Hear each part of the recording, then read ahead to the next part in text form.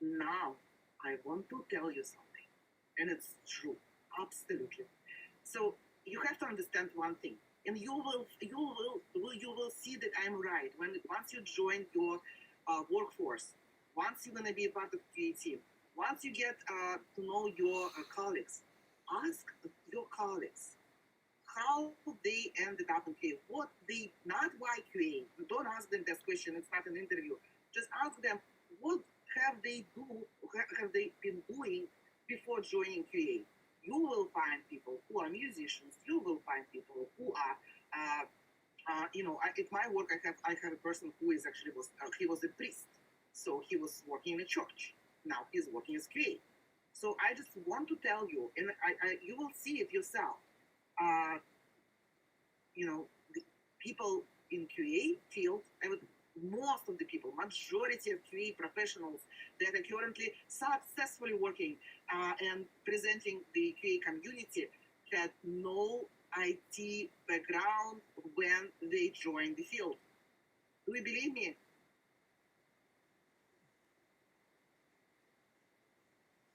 Yes, no, I'm not sure. So it's true. It's really true because for development, it's obvious. I can go to college or university, get master's degree or bachelor degree in computer science, or even just get a certificate, or even just learn how to code and become a developer. It's clear path. None of us. There is no QA formal QA education. So at some point, City College of San Francisco opened the certificate program for QA, and I even joined it just to be. I was curious, and I dropped it before the semester ended because it has almost no connection to QA. Because this is one of the professions people are coming from different places and they learning and they doing this and they enjoying that and that's it. So your absence of IT background has nothing to do with your path to success. Nothing to do. In fact, for some people with IT background, it might be even more difficult than to you to find the first position because if they post on their resume, for example, I am applying to manual K to company G, and I have bachelor degree in computer science from such and such college or university. And I can also, have some maybe something on my resume that I was somewhere at some point a developer. I would be asked why I, with such a background, is trying to get into QA field versus going to dev path, right? So absence of the background is not going to stop you. So just forget about it. Everyone here is not from, or most of us do not have IT background. So if you ask me about me personally, what I was doing,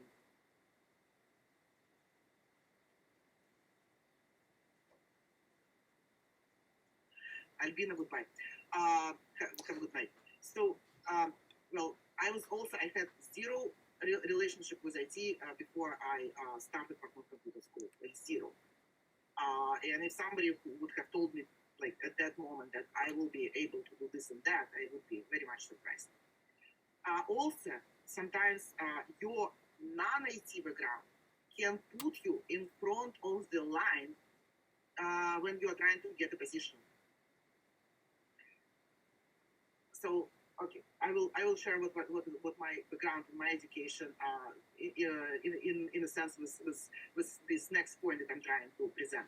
So again, you might have a background that will help you to actually be selected out of multiple very good candidates.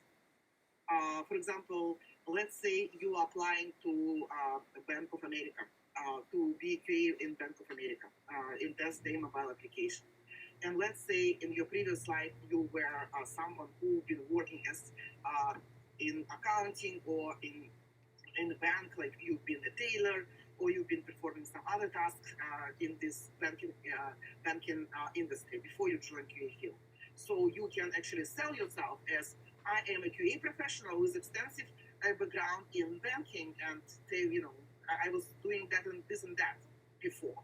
Or if you have some sort of medical background. Nowadays, the health industry is blooming, and they making products. Baking also will work. I will explain you how. Making a lot of products and services around health.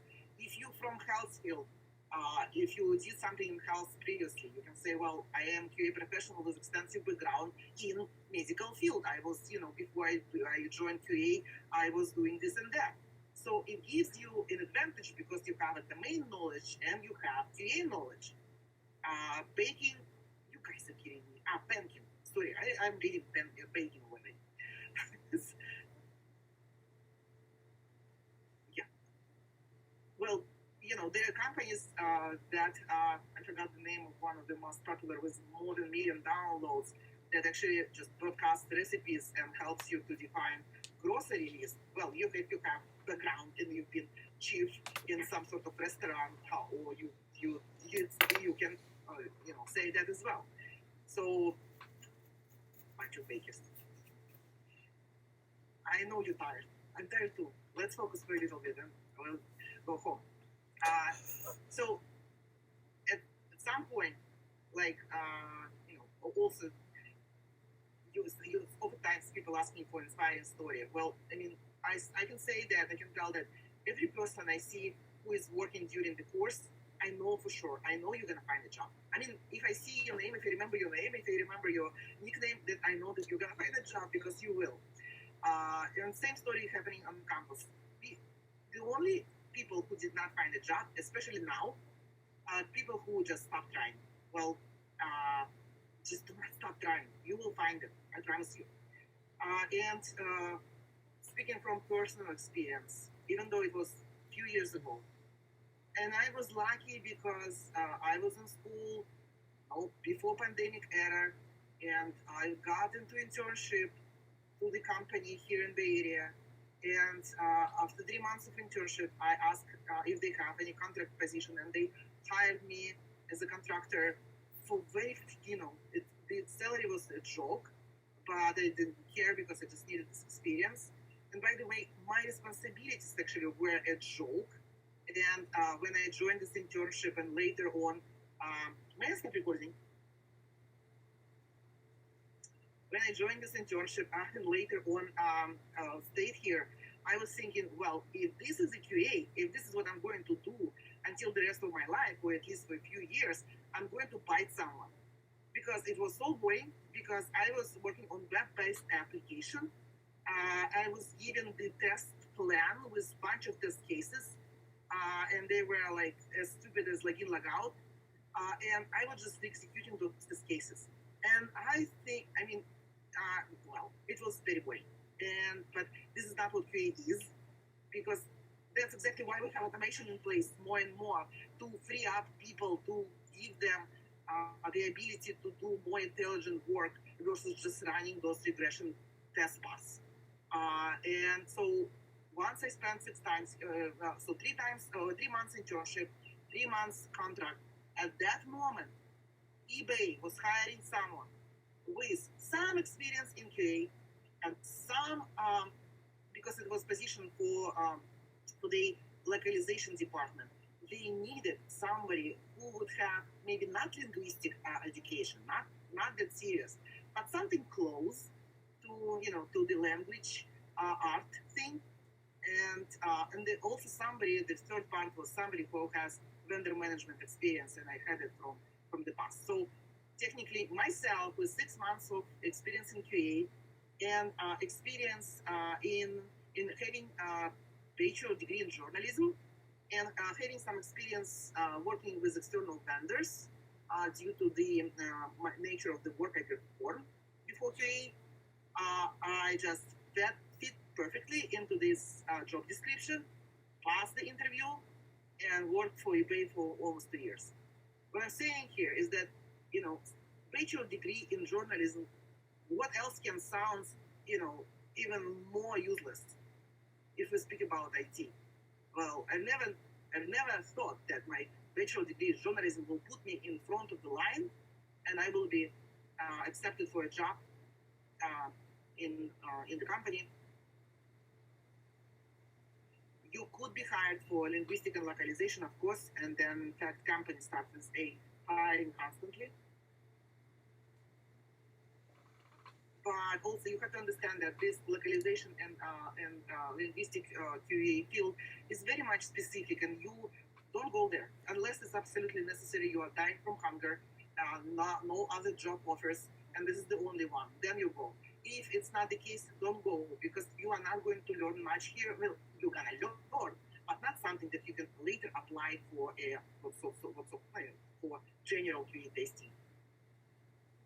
It's so bad. It's okay if you like it. If you want to do this, just go for it. But it's not something that will advance your skills in terms of backend testing, for instance, or mobile testing, or something like that. It's very much a narrow area.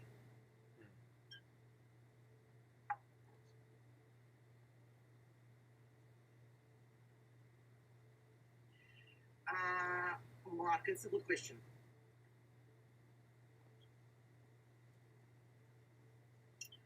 I mean, don't make me answer because I either say what I think or do not say anything. Ask me Michael Partnell because you're gonna meet him. You can ask. I'm not gonna answer.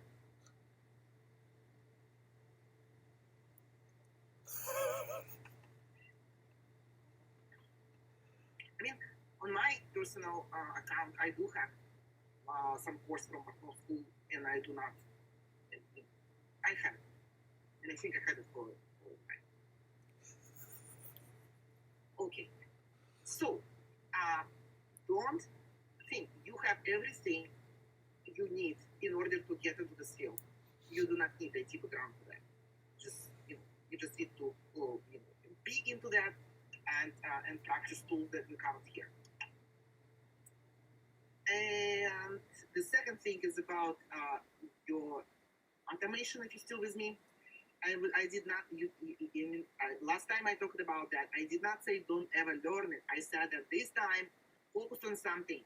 You are already good enough to go and get this position without any automation. And while you are on this position, you are coming back with September 6th group, and you are focusing only exclusively on automation course. I'm just saying that if you feel like it's too much for you right now, if you feel like, well, I so much was trying to catch up with JavaScript that I completely forgot how to get a crash log for the app, so it only prints crash. Well, stay with me for a little bit more, and then once you feel comfortable, at the minimum level of comfort, just come back and learn this automation because you would want it eventually. Okay? But again, there are so many, like for example, myself currently at my current position, I do not do automation at all, but I have to solve problems where I'm testing two apps, one app generating data, the other app broadcasting data, and the information can get lost in multiple places, and I have to figure out where it gets lost. And it's so cool. I feel like I am investigator, detective. In order to join September 6th group, you need to ask Michael to add you to our beautiful group of people extra to 2019. So it just calls like that. In fact, anyone who want to come back and be able to get links to the webinars and information about everything, they are added into extra group, and they here. So in the beginning of the class, they receive the link. They are here with us on Slack as well, and so there are not that many people who are coming back, but who are coming back, they are working hard, and they also see that Tanya messed up something, and thank you for that. So you will be here, and you will be knowing all about what's coming up.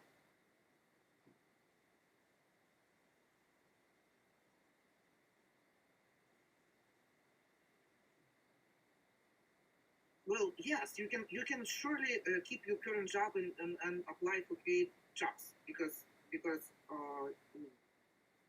even though looking for a job is not a full time job, I mean, we oftentimes just have to keep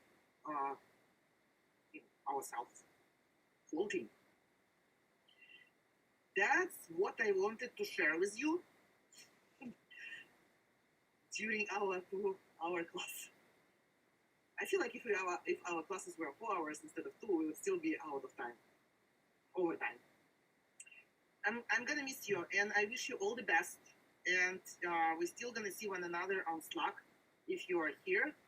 And I'll see you if you decide to, join. I'll see you here in this among these beautiful people in Extra 2019.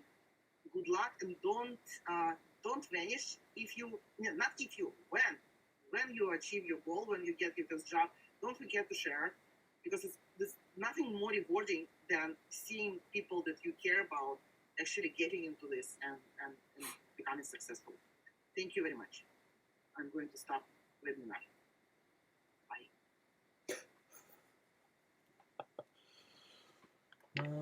Да. Bliss. Total bliss.